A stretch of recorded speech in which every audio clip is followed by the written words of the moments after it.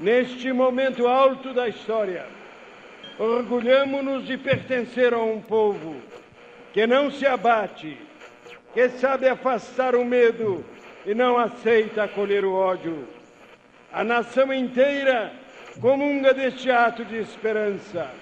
Reencontramos, depois de ilusões perdidas e pesados sacrifícios, o bom e velho caminho democrático.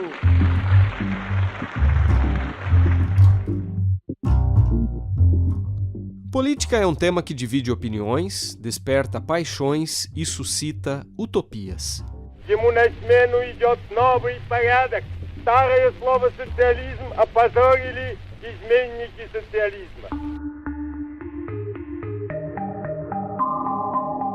E quando ela se mistura com religião?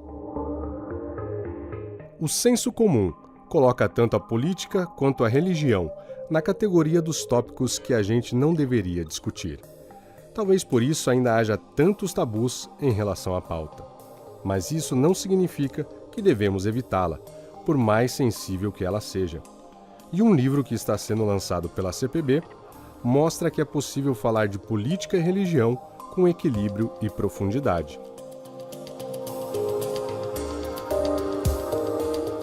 Pegando esse gancho, hoje a gente pretende te ajudar a entender um pouquinho melhor o que os adventistas pensam sobre esse tema cada vez mais polarizado. Eu sou Eduardo Teixeira. E eu sou o Márcio Tonetti. E este é o episódio 46 do Entenda, o podcast da Revista Adventista.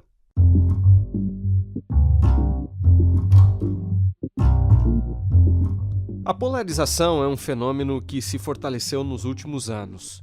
No best-seller intitulado Como as Democracias Morrem, os autores trazem alguns dados, Eduardo, que mostram como esse problema se intensificou em países como os Estados Unidos, por exemplo.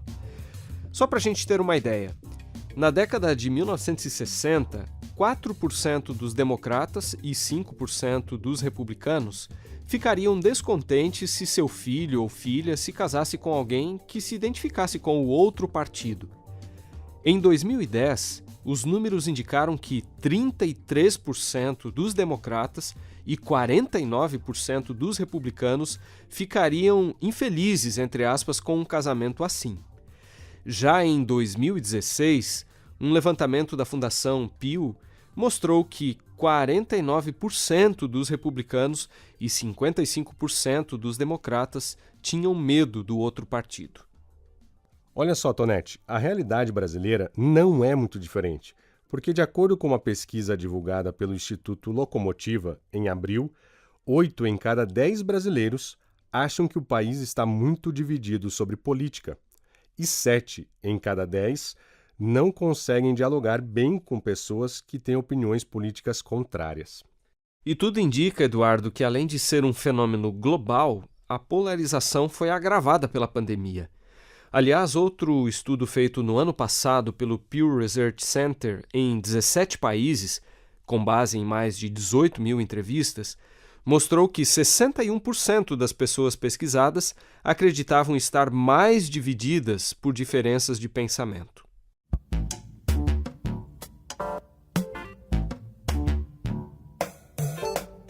Considerando o protagonismo que essa pauta vem ganhando, a Igreja entendeu a necessidade de abordar o assunto, mas com muita sensibilidade, sem fomentar ainda mais a polarização. E o resultado foi o livro Política, o que você precisa saber, lançado neste mês pela CPB. A obra, que faz parte da série Essencial, tem 160 páginas e foi escrita por Marcos de Benedicto. Pastor, teólogo e escritor, ele tem um pós-doutorado em teologia pela Universidade Andrews, nos Estados Unidos, e trabalha há mais de 3 décadas na CPB. Atualmente, é editor-chefe da instituição, além de ser o responsável pela Revista Adventista. Mas e como será que o tema da política cruzou o caminho do Marcos? Talvez você não saiba, mas na infância e adolescência, o autor, que é mineiro e cresceu no município de Campestre, sonhava em ser presidente da República. Na juventude, chegou a liderar uma associação de estudantes, porém, acabou deixando de lado suas aspirações políticas para ser um ministro do Evangelho. Pastor Marcos, seja muito bem-vindo mais uma vez aqui ao nosso podcast. O pastor Eduardo já comentou brevemente a respeito da sua relação, né, com o tema da política, mas nós poderíamos começar falando um pouquinho mais sobre isso e trazendo também alguns detalhes dos bastidores da produção do livro? Olá, Márcio, Eduardo e amigos ouvintes. É uma alegria participar desta conversa sobre política, um tema que realmente desperta muitas paixões. Quando eu era menino, conforme o Eduardo mencionou, eu morava numa região rural, no sul de Minas, e lá não havia nem luz elétrica na época, mas a gente tinha boa literatura para despertar sonhos e estimular a imaginação. Eu era um menino que lia no escuro, mas recebia muitos lampejos das leituras. Além de comprar livros e revistas, meu pai era assinante de um importante jornal, o Estado de São Paulo, que continha análises políticas nacionais e internacionais, com aquela pose de quem controla o destino do mundo e se vê no direito de alertar os governantes. Assim eu comecei a me interessar pelas notícias e colunas políticas e decidi na minha cabeça que eu queria ser presidente da República para fazer o bem, praticar a justiça, beneficiar a população, promover o desenvolvimento sustentável. Bem, meu programa para consertar o Brasil estava prontinho na cabeça. Por incrível que pareça, eu tinha boa consciência política. Só não sabia ainda da complexidade dos desafios da vida pública. Porém, mais tarde, durante uma semana especial de pregações no colégio interno, eu senti o chamado de Deus para ser ministro. Não ministro da República, mas do Evangelho. E sem desmerecer o cargo de presidente, senti que o sonho de Deus para mim era mais alto. Foi assim que desisti de querer ser presidente. Apesar das observações do cenário político e das leituras sobre teorias políticas, especialmente no curso de comunicação social, o meu foco era e ainda é religião, teologia, mas de repente no fim de 2021 a liderança da Igreja Adventista me convidou para escrever um livro sobre o tema. No início eu hesitei um pouquinho por estar envolvido em outros projetos editoriais, mas acabei aceitando. E o resultado é o livro Política, o que você precisa saber, que é parte da série Essencial, que publicará vários temas contemporâneos. Bem, só para contextualizar, na década de 1960, a grande pensadora Hannah Arendt recebeu um convite para escrever uma introdução à política e trabalhou no tema, mas os fragmentos do material somente foram publicados depois da morte da autora. Se a grande filósofa e teórica política hesitou em publicar suas ideias, eu comecei a pensar e a imaginar se não seria muita ousadia eu escrever sobre o assunto.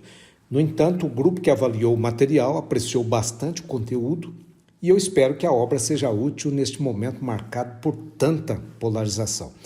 O objetivo do livro não é simplesmente definir política ou historiar o pensamento da Igreja sobre o tema, mas levar o leitor a refletir sobre o assunto, a discernir padrões, avaliar ideologias, perceber implicações e, claro, votar mais conscientemente.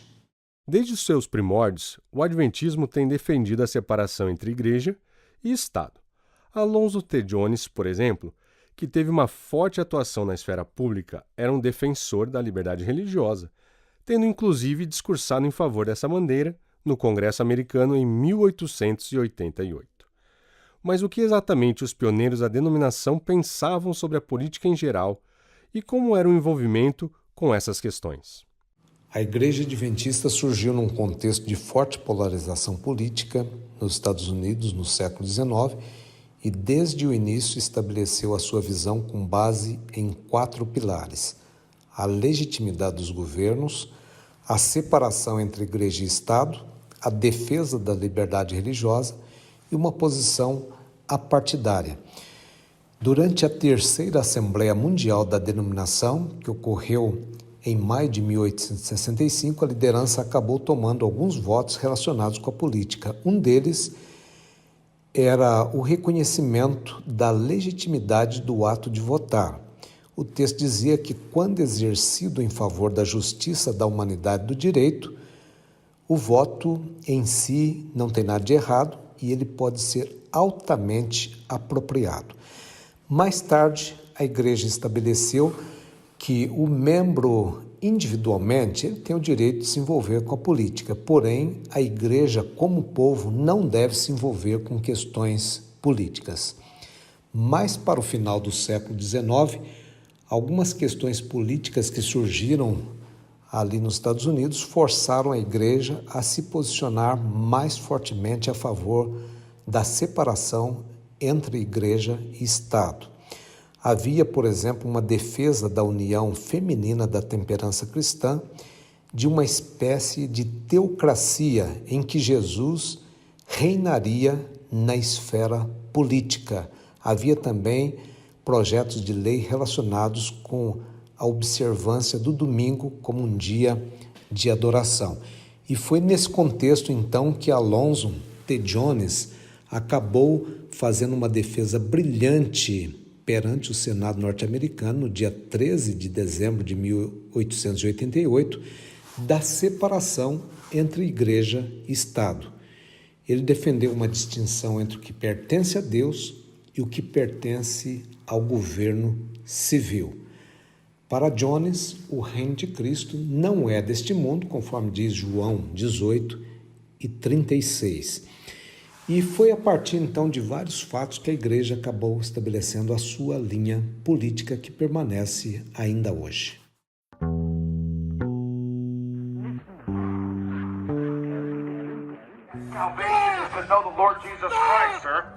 Quem pode parar nos Estados Unidos a interferência política dos fundamentalistas religiosos? O fenômeno, cujas raízes estão fincadas na Guerra Civil Americana, quando parte da igreja apoiou a manutenção da escravidão, viveu seu ápice moderno na gestão de Donald Trump.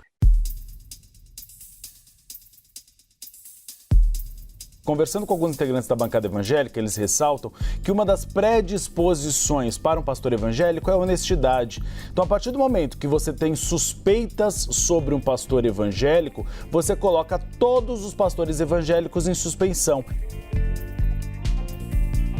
Com frequência, a gente costuma ouvir expressões como direita cristã, bancada evangélica, bancada da Bíblia, conservadorismo, neoconservadorismo, fundamentalismo e por aí vai. Aliás, uma dissertação de mestrado defendida em março deste ano na Universidade Metodista de São Paulo analisou, por exemplo, o uso político do discurso religioso pela juventude evangélica brasileira e a mobilização em torno do que o autor chamou de projeto político fundamentalista neoliberal. Olhando para esse cenário que nós descrevemos aí, o senhor vê, pastor Marcos, uma tendência de reaproximação entre religião e política? E uma segunda questão, que narrativas têm sido construídas e quais as implicações disso? Sem dúvida, a religião e a política estão construindo uma nova narrativa em vários países, e nesse sentido a religião é politizada e a política é religionizada, entre aspas. Por exemplo, vemos o movimento da direita cristã, que não é tão novo, a teologia do domínio, a ideia do reino agora, e em vários países os grupos religiosos decidem eleições e acabam influenciando a política de Estado. Porém, esse não é o modelo adventista, porque a mistura entre religião e política sempre termina mal, ameaçando a liberdade religiosa e promovendo perseguições aos grupos dissidentes. E não é só a religião que afeta a política. Uma identidade partidária forte tem efeitos também religiosos. Os adventistas acreditam que no fim dos tempos, os poderes político e religioso estreitarão os laços. Pastor Marcos, o senhor poderia explicar um pouco melhor o que a nossa visão escatológica tem que ver com a política? A visão adventista sobre política e religião no tempo do fim se baseia na própria Bíblia. Por exemplo, Apocalipse 13 descreve um dragão com voz de cordeiro. Trata-se de um poder político-religioso que parece um cordeiro, ou seja, Cristo, mas fala e age como um dragão, isto é, o diabo. Isso inclui um discurso de democracia e liberdade e também uma política imperial. Essa superpotência global, no tempo do fim, será capaz de impor leis político-religiosas sobre todos, conforme diz Apocalipse 13 e 16. Essa imposição da adoração ao que o último livro da Bíblia chama de besta do mar revela que se trata de um poder cristão. Por isso, a visão bíblica e adventista é bastante negativa sobre o que essa mistura entre religião e política vai causar. Apesar do cenário atual, a separação entre igreja e Estado ainda é o melhor arranjo político. Estudos como o Índice da Democracia revelam que a minoria da população global, cerca de 6,5% apenas, vive em democracias consideradas plenas. Que leitura o senhor faz do estado da democracia ao redor do mundo e dos riscos existentes para a liberdade religiosa e de expressão? A democracia é uma das invenções mais surpreendentes e extraordinárias dos gregos antigos. Às vezes, a participação dos cidadãos na política era ainda mais direta do que nós vemos hoje. Já pensou algo assim para aquela época? Porém, a democracia foi ignorada ou criticada ao longo da história. Foi somente no século XIX que os ventos começaram a soprar mais fortemente a favor da democracia. Hoje, de acordo com alguns índices, nós temos aí cerca de 20 países com regimes em democracia plena, 44 com democracia imperfeita, 34 com regime híbrido e 59 países com regimes autoritários.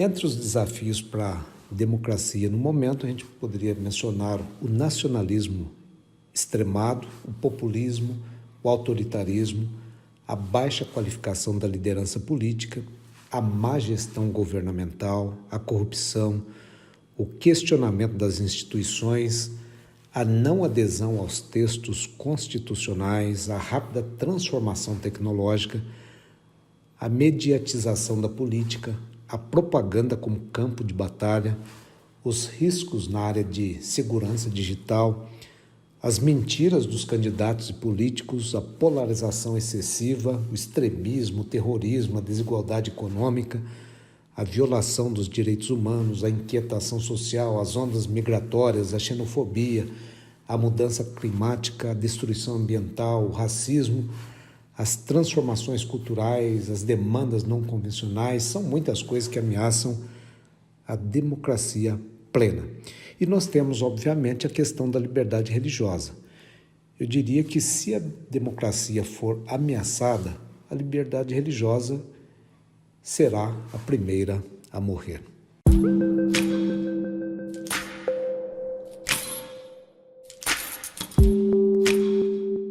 Gib du jetzt deine Stimme ab. Wenn ja, dann tritt für mich ein, so wie ich für dich eingetreten bin.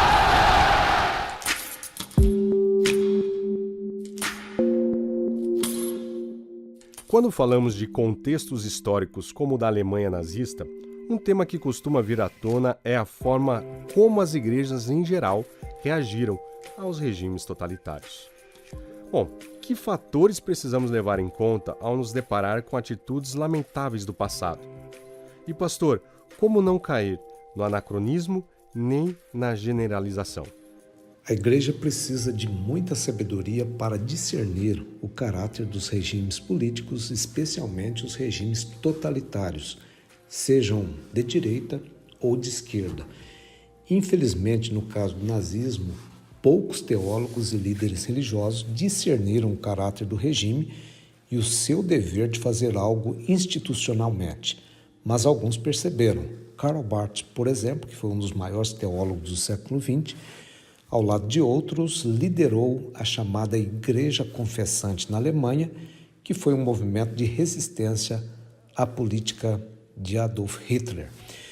Na Declaração Teológica de Barmen, redigida por Barth, foi enfatizado que a Igreja deve obediência suprema e exclusiva ao Senhor Jesus Cristo e ao Evangelho, rejeitando outros eventos e poderes, personagens e verdades como fontes da sua pregação e da revelação divina. Para aqueles que assinaram a declaração, a Igreja não deve assumir a autoridade do Estado, mas o Estado também não deve usurpar o papel da Igreja. Eu creio que essa declaração foi muito importante e até hoje a Igreja precisa desta sabedoria e de uma autonomia que vem do alto, do céu, para obedecer exclusivamente a Deus. A questão das ideologias também tem gerado muita discussão no meio religioso. Então eu te perguntaria, o que é afinal uma ideologia? Existe diferença entre ideologia e política? Ao mesmo tempo, como que uma está ligada à outra? Ao que consta, a palavra ideologia foi usada pela primeira vez em 1801, na França, e de um ponto de vista mais neutro, ideologia é um amplo sistema de ideias que serve de base para validar caminhos políticos e arranjos sociais. Em certo sentido, ideologia é tudo aquilo que pretende produzir significados, códigos e valores na vida social e política. Eu acho que o importante é saber que a ideologia está presente em todos os discursos, ações, práticas, rotinas do dia a dia e nas concepções políticas. Os regimes totalitários, em especial, costumam usar a ideologia para tentar explicar a realidade e vender uma ideia para as pessoas e a sociedade. E o cristão deve saber interpretar a política com a consciência de que ela pode vir embrulhada numa ideologia ou trazer uma ideologia no seu interior.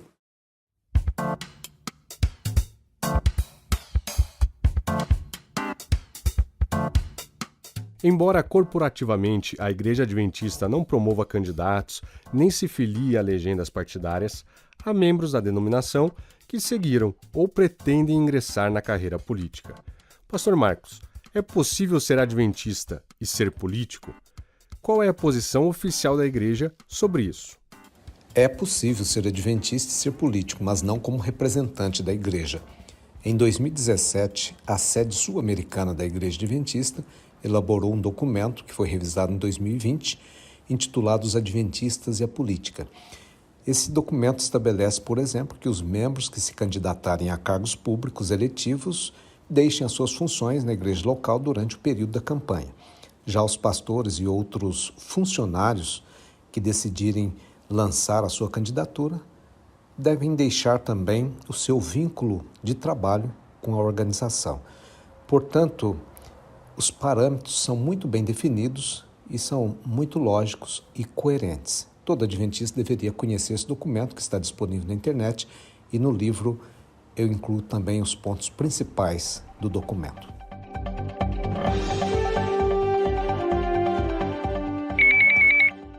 Esses sons são bastante conhecidos da gente aqui no Brasil, né, Pastor Marcos? Agora, é importante nós dizermos que, especialmente em época de eleições, as emoções afloram e, desse modo, muitas pessoas acabam se envolvendo em acaloradas discussões políticas. Que recomendação o senhor deixa aqui para os nossos ouvintes? Infelizmente, nós vivemos na era da polarização. A polarização inclui a crença de que você está irrefutavelmente correto e, portanto, os outros estão totalmente errados. Há um investimento emocional muito grande na visão do seu partido, do seu grupo político, do seu grupo ideológico, porém isso, em exagero, é mortal para a democracia. Um pouco de polarização pode até ser saudável, mas não nos níveis que nós vemos hoje. Portanto, tenha calma e mantenha o equilíbrio. O cristão, afinal de contas, é chamado para reconciliar e unificar e não para polarizar. Bom, olhando para o futuro, as profecias bíblicas preveem o fim da política nos moldes como conhecemos e a implantação de um novo regime, vamos dizer assim, né? Com o perdão do spoiler, que política dos sonhos é essa que o senhor menciona no último capítulo do seu livro, Pastor Marcos? De acordo com o calendário profético, nós vivemos no fim dos tempos. E esse tipo de fim traz muitos fins. Nós tivemos, por exemplo, no passado, Nietzsche falando a respeito do fim de Deus, Marx falando sobre o fim do capitalismo, Sam Harris falando sobre o fim da religião, Daniel Bell falando a respeito do fim das ideologias, depois Lyotard falando sobre o fim das metanarrativas, Francis Fukuyama falando sobre o fim da história, e nós temos muitos fins e, à medida que o mundo vai se complicando, nós vemos que a política também terá um fim. Aliás, todo tipo de política acaba tendo um fim e sempre tem um novo início. Porém, a Bíblia apresenta o quadro de que um dia este cenário político chegará ao seu fim. No livro de Daniel, no capítulo 2, versículo 44, nós temos uma frase muito conhecida ali. do profeta explicando para o monarca da época, o rei Nabucodonosor. E ele diz: mas nos dias desses reis, o Deus do céu levantará um reino que jamais será destruído e que não passará a outro povo. Esse reino despedaçará e consumirá todos os outros reinos, mas ele mesmo subsistirá para sempre. Então, esse é o reino que não terá fim e ele faz parte dessa política dos sonhos. O Rei dos Reis inaugurará uma nova política, um planeta renovado, com uma nova capital, e essa cidade eterna, cujo arquiteto e construtor é Deus, que fez parte do sonho de muita gente ao longo da história, reflete a glória do próprio Deus. A gente tem que fazer parte deste sonho.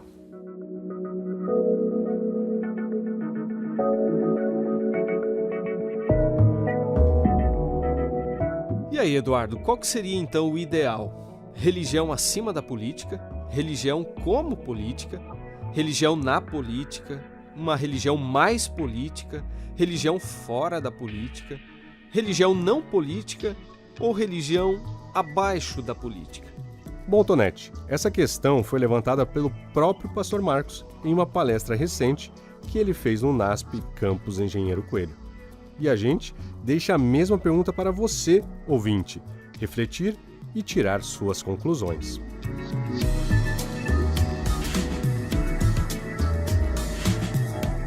Com a apresentação de Márcio Tonetti e Eduardo Teixeira, e com produção, roteiro, edição e sonorização de Márcio Tonetti, o episódio de hoje fica por aqui. E se você gostou, compartilhe aí o podcast com seus amigos. A gente espera continuar contando com a sua audiência. Até o próximo.